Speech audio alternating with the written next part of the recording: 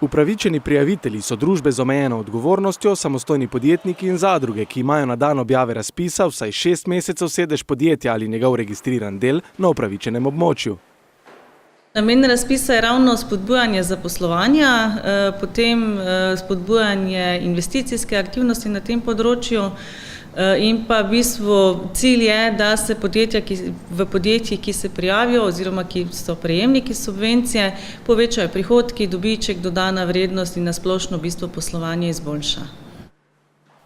Za subvencije je letos namenjeno 1 360 000 evrov. Mikro in mala podjetja lahko za en projekt pridobijo subvencijo v višini 35% upravičenih stroškov, srednja podjetja 25% upravičenih stroškov, najvišji znesek subvencije pa je v obeh primerih 50 000 evrov.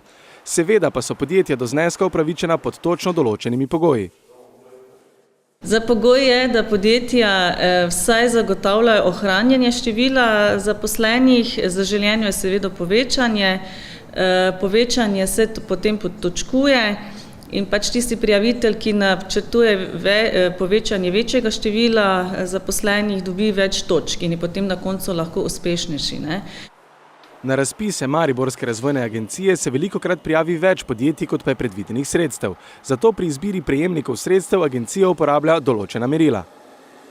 Meril je več in šteje v bistvu skupno število zbranih točk, potem pa od zgoraj navzdol do porabe sredstev prejemniki prejmejo ta sredstva, dokler bojo sredstva zadoščala. Vsako podjetje, ki na razpisu dobi finančna sredstva, se zaveže, da bodo vsaj 3 leta v bistvu še poslovali, da bo investicija na tem območju, katerem je bila, in da bojo izpolnjevali cilje, ki so jih predvideli v vlogi.